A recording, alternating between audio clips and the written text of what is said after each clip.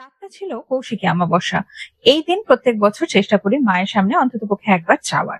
যেমন চাওয়া ঠিক সেরম পাওয়া। সোসাইটির একজন বাঙালি বন্ধু থেকে জানলাম গুরগাঁওতেও নাকি খুব সুন্দর কালীবাড়ি আছে। তো ঠিক 15 মিনিটের ডিস্টেন্সে আমরা পৌঁছে গেলাম গুরগাঁও কালীবাড়িতে। এক্সপ্রেস ওয়ে থেকে 3-4 মিনিট হাঁটা পথ হবে, কিন্তু গাড়ি নিয়ে এলে একটু ঘুরে আসতে হবে। গিয়ে সত্যি মুগ্ধ হলাম, এত সুন্দর একটা মন্দির এখানে আছে আমরা জানতামও না। নিচে নাট মন্দির, দোতলায় মায়ের অবস্থান। দেখতে আন্ডার কনস্ট্রাকশন লাগলেও মন্দিরটা বেশ পুরানো।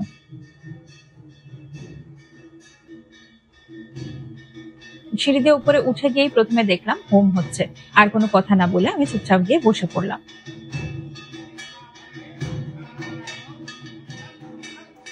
মাঝখানে মায়ের মন্দির, বাঁদিকে শিব মন্দির এবং ডান দিকে রাধা গোবিন্দের মন্দির।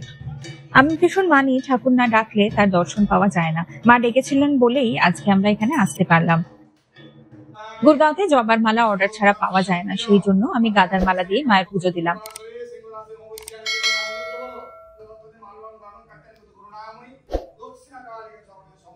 আসতে চেয়েছিলাম বটেই, কিন্তু এসে যে এতটা পাবো সেটা কিন্তু এক্সপেকটেশনের বাইরে ছিল।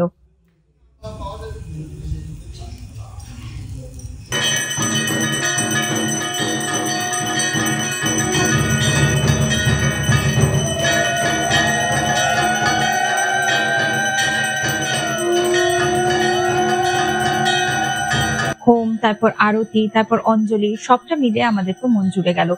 তোমাদের মন্দিরটি এবং পুজো কেমন লাগলো আমাকে কমেন্টে অবশ্যই জানিও। পুজো শেষে বুবাইকে খুঁজে পাচ্ছিলাম না, তারপর দেখি তিনি রাধা গোবিন্দের মন্দিরের সামনে ত্রিভঙ্গ মুরারি হয়ে দাঁড়িয়ে আছেন।